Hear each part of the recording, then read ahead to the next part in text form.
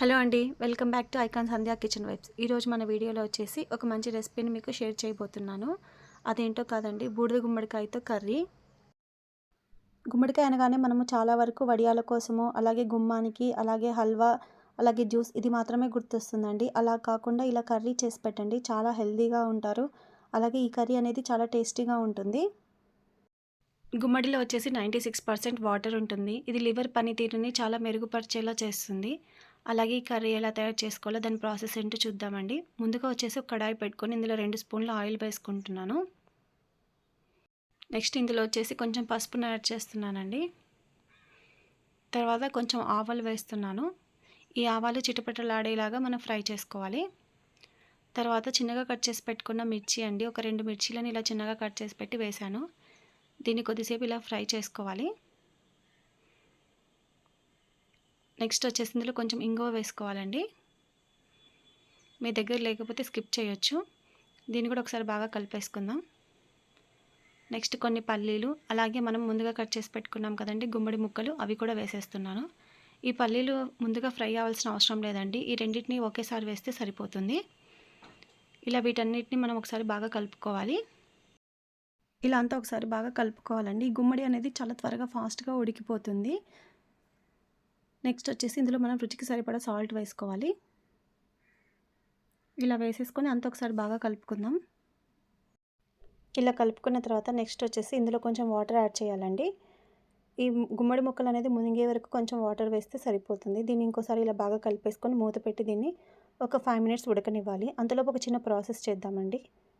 ఇది మసాలా కోసం చేస్తున్నాను. ఒక కడాయి పెట్టుకొని ఇందులో కొంచెం ఆయిల్ వేసుకోవాలి. తర్వాత వచ్చేసి దీంట్లో ఒక స్పూన్ వచ్చేసి ధనియాలు వేసుకొని దీన్ని ఫ్రై చేసుకోవాలి.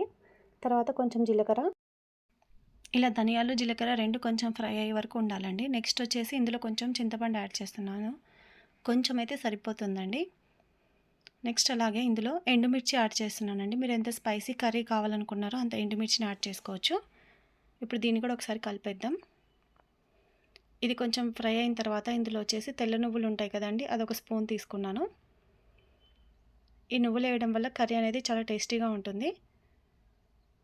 అలాగే ఇప్పుడు వచ్చేసి ఇందులో టమాటో ముక్కలు అండి, ఒక 2 టమాటోలు తీసుకున్నాను నేను. ఇలా పొడుగా కట్ చేసుకొని వేసుకోవాలి. ఈ టమాటో అనేది మగ్గే వరకు ఇలా మనం ఫ్రై చేసుకోవాలి. నెక్స్ట్ వచ్చేసి టమాటో ముక్కలు మెత్తబడిన తర్వాత ఇందులో వచ్చేసి 2 స్పూన్ల నేను కొబ్బరి పొడి తీసుకుంటున్నానండి, డ్రైది. లేకపోతే కొబ్బరి తురుమైనా వేయచ్చు. దీన్నంతా ఒకసారి బాగా కలిపేసుకోవాలి. ఇది ఒక 1 మినిట్ వరకు ఇలా ఫ్రై అయ్యే వరకు చూసుకోవాలండి. చూసారుగా ఇప్పుడు మన మసాలా దినుసులన్నీ ఫ్రై అయిపోయాయి కదా. ఇప్పుడు గ్యాస్ ఆఫ్ చేసుకొని చల్లారనిచ్చిన తర్వాత దీనిని మిక్సీ పట్టి పెట్టుకోవాలి. అంతలోపు మన గుమ్మడి ముక్కలు ఉడికిపోయాయో లేదో చూద్దామండి. చూసారుగా చాలా మెత్తబడ్డాయి. వాటర్ అంతా అబ్జర్వ్ చేసేసుకుందండి.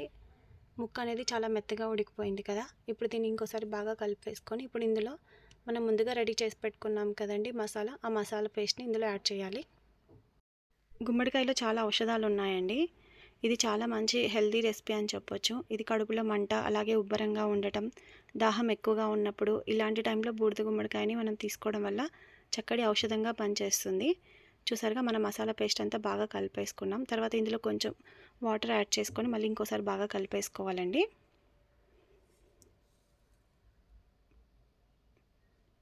ఇలా కలుపుకున్న తర్వాత దీనిపైన మూత పెట్టేసి ఒక 1 మినిట్ దీన్ని ఉడకనివ్వాలండి. నెక్స్ట్ చూద్దాం. కర్రీ అనేది చాలా దగ్గర పడిపోయింది. ఇలా దగ్గర పడిన తర్వాత ఇందులో ఒక చిన్న బెల్లం ముక్క వేస్తున్నానండి. ఈ బెల్లం ముక్క వేయడం వల్ల ఏమవుతుందంటే కర్రీ అనేది చాలా ఇంకా టేస్టీగా రుచిగా మారుతుంది. ఈ బూడిద గుమ్మడికాయని సర్వరోగ నివారణగా చెప్పొచ్చండి. ఇది చాలా సహజంగా శక్తినిచ్చే ఆహారంలలో మొదటిగా చెప్పుకోవచ్చు. కర్రీ అనేది రెడీ అయిపోయిందండి. దీన్ని ఇంకోసారి బాగా కలిపేసుకోవాలి. మన బూడిద గుమ్మడికాయ కర్రీ వచ్చేసి రెడీ అయిపోయింది. చూసారుగా, ఇది చపాతీ, రోటీ, రైస్ ఎందులోకైనా చాలా టేస్టీగా ఉంటుందండి. ఈ వీడియో మీకు నచ్చినట్లయితే లైక్ చేయండి, షేర్ చేయండి, సబ్స్క్రైబ్ చేసుకోండి.